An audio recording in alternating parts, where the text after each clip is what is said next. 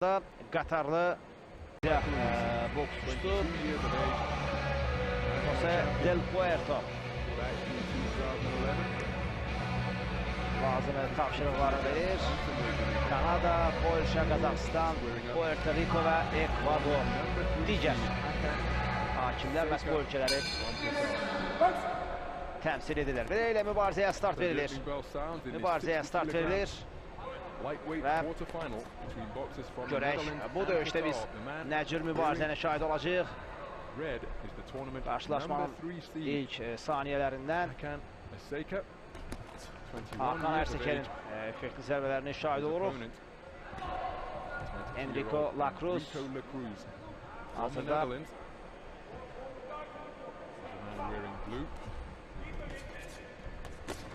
kifayət qədər effektli zərbələr indirir və rəqib müdafiə olunur. Hazırda Hakan Erseker Qatar idmançısı. Yaxın döyüş izləyirik. Enrico Lacruz rəqibin müdafiə xəttini yarmağa çalışır və gördüyünüz kimi Hakan Erseker indi effektli zərbələr indirərək geriyə çəkildi. Qatar boksçusu ardınca Enrico Lacruz da bu vəziyyətdən çıxmaq üçün bacarığını nümayiş etdirməyə çalışır. Fikir verin, Lacruz rəqibi ringin küncünə sıxmağa çalışdı, ancaq Hakan Erseker həmin vəziyyətdən çıxır, xilas olur. Görək, qarşıdakı saniyelərdən alacaq indi. Təbii ki, müvazinət bitirdi adi bir vəziyyətdə Erseker. Qarından aşağı zərbə indirməməlidir. Kubalı referi buna işarə edir. Qatarlı boksçuya, Hakan Ersekerə. Birinci raundda təxminən son bir dəqiqəyə doğru gedirik. Və hələ ki, bərabər səviyyəli mübarizə adlandıra biləcəyimiz bir qarşılaşma izləyirik. Üçüncü döyüşdə hər iki boksçu qarşılıqlı zərbələr endirirlər. Baş yuxarı qalxmalıdır. Del Puerto buna işarə edir.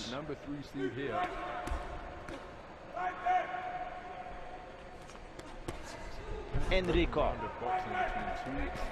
yenə də rəqibi cəzalandırmağa çalışır yaxın döyüş zamanı. Bir qədər rəqibindən hündürdü Enrico Lacruz və effektli zərbəsinin şahid olur indi Hollandiyalı boksçunun. Görək, bu vəziyyətdə Hakan Erseker nəliyyata qalacaq, o da rəqibinə zərbələr indirməyə çalışdı. Qatar boksçusu. Hər iki idmançıların qarşılıqlı zərbələr. Ancaq Enrico sonda dəqiq zərbəni endirə bildi, lazımı zərbəni endirə bildi. Görək, son 10 saniyədə nələr baş verəcək. Və belə ilə birinci raund başa çatır. Birinci raundu üstün başa vurur və ikinci raund başlayır qarşılaşmada. Günün üçüncü döyüşündə, axşam proqramının üçüncü döyüşündə Hakan Erseker və Enrico Lacruz ikinci raundda qarşı-qarşıya gəlirlər. Qatar təmsilçisi çalışacaq, bundan sonra üstünlüyünü də artırsın, ancaq gördüyünüz kimi iki zərbə buraxdı və çox vacib zərbələr idi. Enrico Lacruzdan daha bir effektli zərbə izlədik. Hücuma atılan kimi yenə də zərbə, eyni zərbələrə davam etdirir Enrico Lacruz. Rəqibi çətin vəziyyətə sala biləcək zərbələr indirir özdə. Kifayət qədər effektli, kifayət qədər dəqiq, kifayət qədər səlis, kifayət qədər peşəkarcasına döyüşür Enrico Lacruz. Hiss olunur ki, bu boksçuda qələbə əzmi və döyüşə hazırlıq çox yüksək səviyyədədir və işləyir, dayanmadan işləyir özdə, bu zərbələr havaya getmir. Hakan Erseker sanki boşluğa zərbə indirir, sanki havaya zərbə indirir, ancaq Enrico Lacruz həm müdafiədə yaxşı döyüşür, həm hücuma atılarkən effektli zərbələr indirir.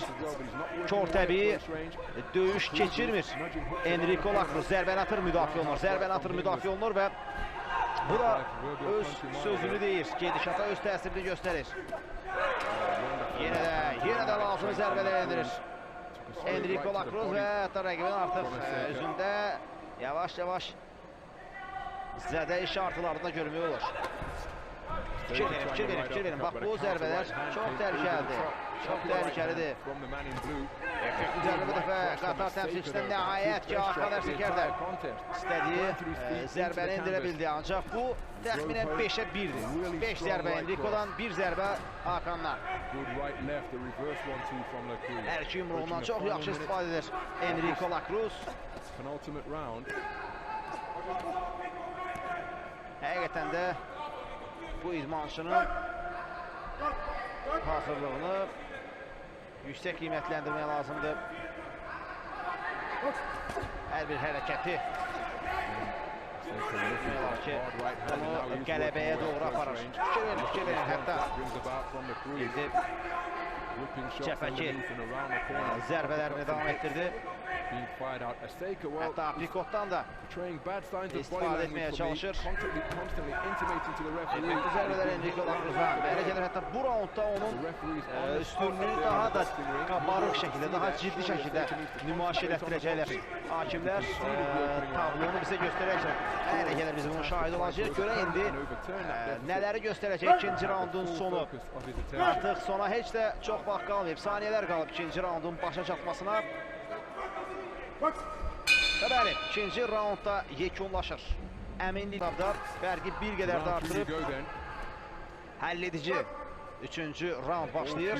Hakan Ərsəkər başın arxasına zərbə endirmişdi, buna görə Del Potro mübarizəni dayandırdı. Buna görə indi üçüncü raundda Enrico Lacroix'un fərqli hansı mübarizə üsulunu izləyəcək.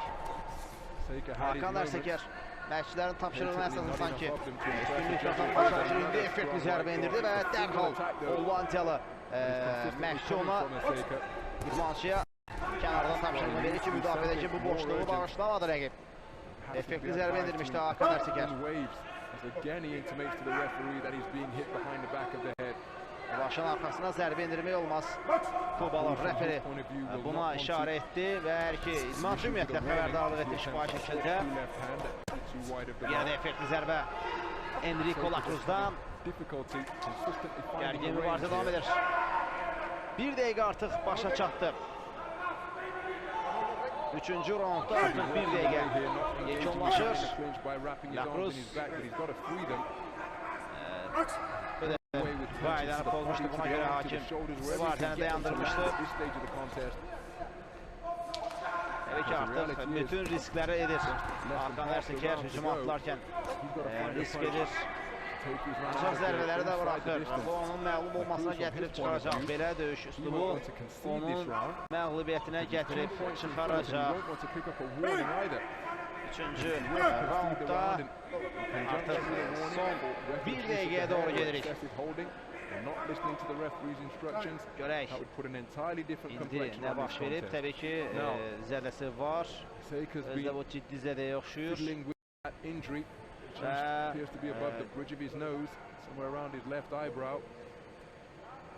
Məşqçisi həmin o problemi aradan qaldırdı. Həkimə ehtiyac olmadı əslində. Yəqin ki, orada sarıq var idi, bu sarığı yeniləmək lazım idi ki, fikir verin, yenə də o sarıq yararsız vəziyyətdədir. Son bir dəqiqə Hakan Ərsəkər rəqibini küncə sıxaraq ona zərbələr endirməyə çalışır.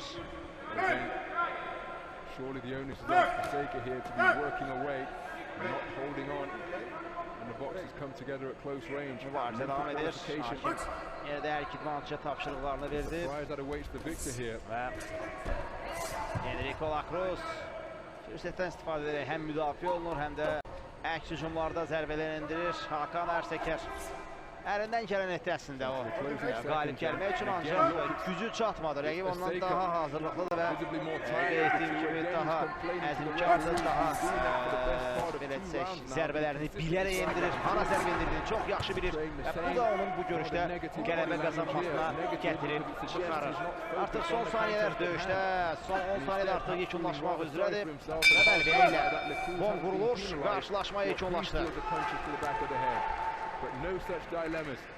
Hakan Ərsəkər Enrico Lacruz döyüş Rio Olimpiyadasına yay olimpiyat oyunlarına lisenziyanı təmin etmiş olacaq. Bəli, Hollandiyalı boksçu Enrico Lacruz qələbə qazanır və artıq Rio 2016-ya lisenziyanı təmin edir. İlin sonuncu turnirində, lisenziya turnirində, dünya təsnifat yarışında paytaxtımızda qələbə qazanır və 30